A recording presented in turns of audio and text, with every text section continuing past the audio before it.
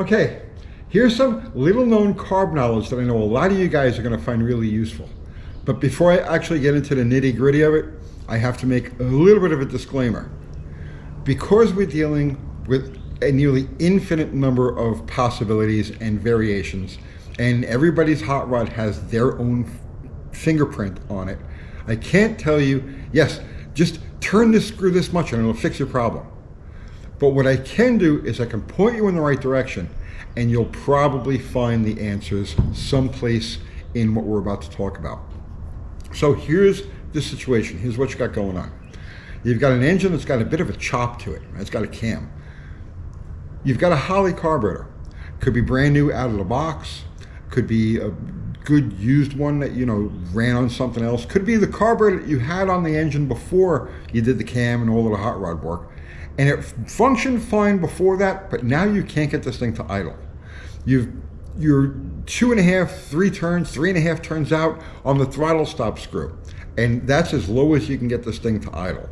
You're 3 turns out on the mixture screws, and still it won't function right.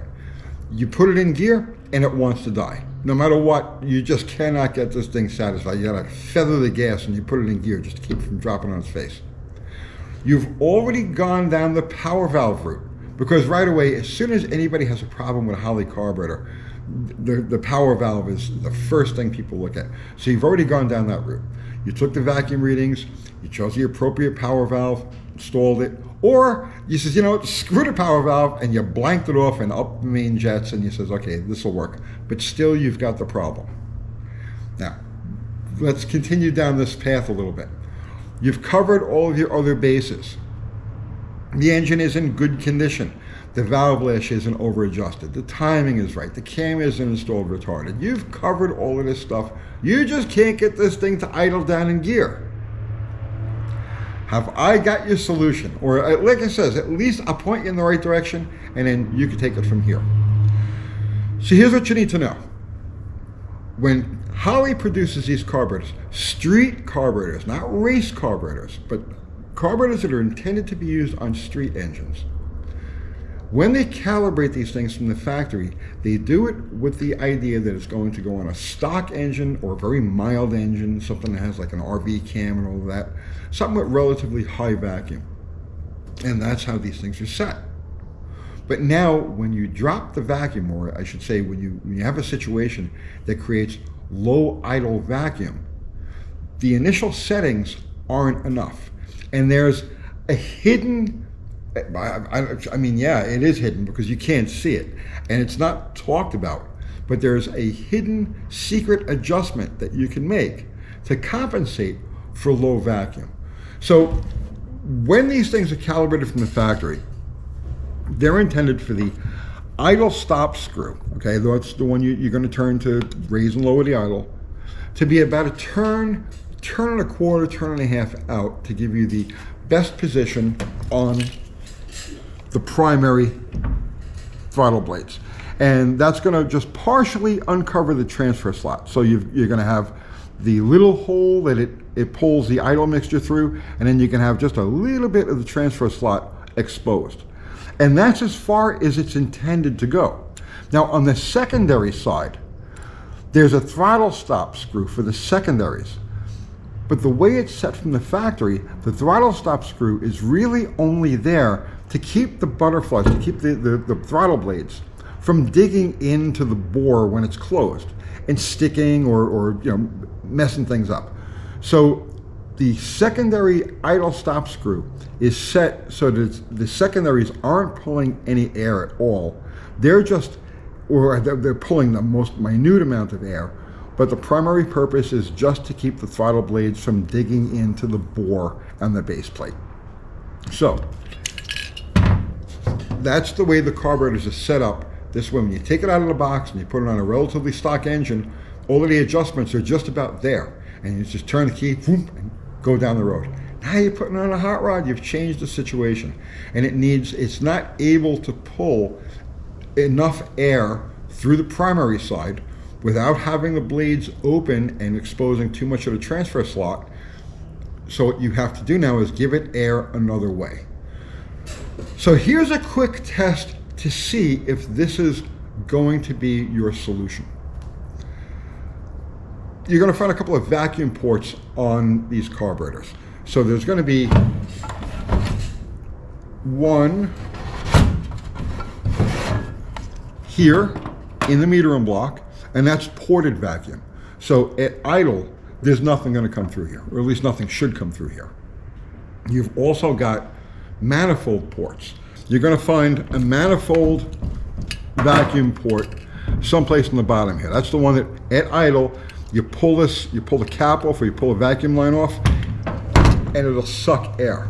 Right. Now, if you pull the manifold vacuum line or manifold vacuum cap off, and the engine smooths out, and at that point, you're able to close down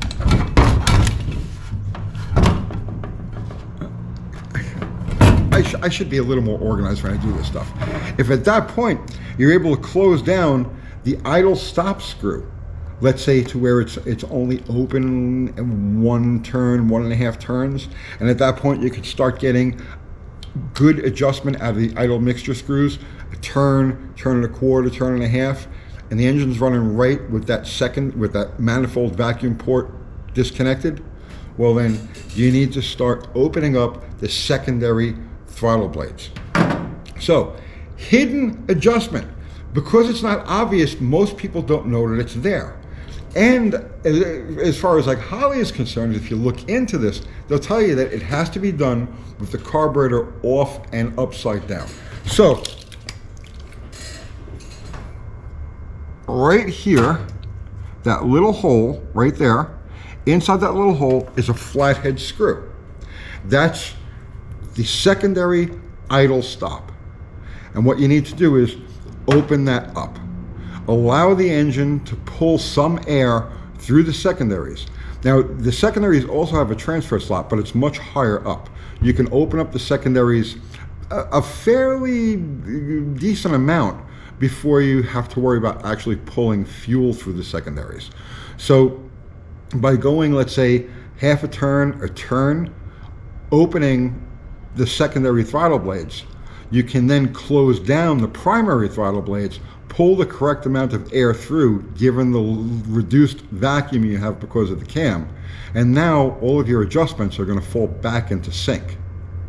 Right. So Holley says that you're supposed to make this adjustment, if you're going to make this adjustment, with it off the car and upside down. But that is very inconvenient, especially if you're trying to get a tune on this thing. Because every time you want to make an adjustment, you don't want to have to take the carburetor off, deal with all of the gasoline spillage and gasket issues, and that's very time consuming. You can sneak in there and make that adjustment while the engine is running. This is the best way to do it. So I'll show you on this one here. Okay. So right here is the secondary throttle stop arm, and underneath it is the boss with the adjustment screw. So now how do you make this adjustment with the engine running? Well, let me set this up so we can see it a little clearer. Okay. And right up in here you can see where you've got to get to that screw. So what I use for this is a 1/4 inch drive, narrow flathead bit. Now this is a little tricky to show on camera, but what you want to do is with the engine running, you get this up in it underneath there and engage the head of the screw like so. Okay. You hold it up with your finger, and then using a 1/4 inch open end wrench, you turn this and make your adjustment. Okay, now as you're making that adjustment and opening the secondary throttle blades, you want to make a change here, and then right away you want to come around to the other side, because as the idle comes up here, you want to lower the idle here, and you want to keep backing off on this, keep opening up on the secondary, and then backing off on the primary until you're only about a turn and a half from fully closed, or a turn and a half out. That will restore the balance of position, primary throttle blade position to transfer slot. So everything comes back the way it's supposed to be. And now at that point, you should be able to attain a fairly clean, smooth idle and drop it in gear, and it won't stall on you. So it's a bit of a balancing act. You're going to open the secondaries, and it's not a one-to-one relationship. As far as the threads go, they have different thread pitch. The secondary throttle stop screw is a finer pitch than the primary, so it's not going to be a one-to-one relationship. A quarter turn here equals a quarter turn there, but in essence, you want to raise, or you want to open the secondary side a bit, then close the primary side, and at the same time play with the idle adjustment, or the mixture adjustment. Keep turning them in until eventually you achieve that balance. But you go back and forth, back and forth, back and forth, and you will get an engine, even with a crazy cam in it, to idle down there in like the 900 RPM, 850, 900 RPM range, and not drop dead when you put it in gear. These steps should actually be taken before you do anything as far as a power valve goes, because this is going to change the amount of vacuum that the power valve chamber is going to see. But that's another thing entirely. I don't want to go down too many different rabbit holes. And yes, in an extreme case, that's where you start drilling holes in the throttle blades. You'll see race carburetors, a lot of race carburetors will have little holes drilled in the throttle blades themselves, basically to accomplish the same thing.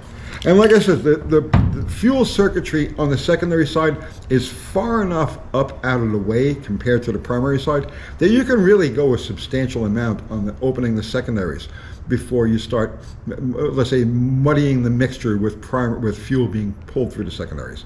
So you're good to go there.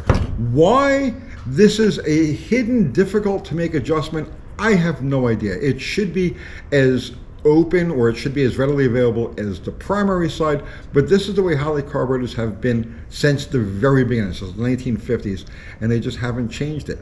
Yes, there are full race carburetors that have manual adjustment, obvious easy adjustment for the secondary side, but all of the ones that they intend to be used for the street, no, they set it so that the throttle blades aren't digging into the base plate when it's closed, and then call it a day from there. So adjust away, guys. Before you go, you make sure you have no other vacuum leaks. Valve lash is right. Timing is right. All of those things have to be right. And as long as everything else is good to go, then the adjustment and that procedure that I'm showing you now will clean it up. This is exactly the kind of stuff that drives guys to go to EFI, because they get so fed up playing the musical idle thing and the power valve dance and all of that, when all it usually takes is just a very simple adjustment. Oh, one other thing too, I showed you how to do this with a bit and a 1/4 inch ignition wrench. If you could find one of these ratchet drivers for the 1/4 inch bits, this will fit under like just about 90% of the situations you're going to find, like the intake manifold carburetor relationship. This will fit in there, and you can make your adjustments a lot easier doing it this way. But because this isn't really a very common tool, I didn't show how to use this one. That's why I did it this way, because everybody's got a 1/4 inch wrench. All right, guys, I hope you got something out of that. I'll see you tomorrow.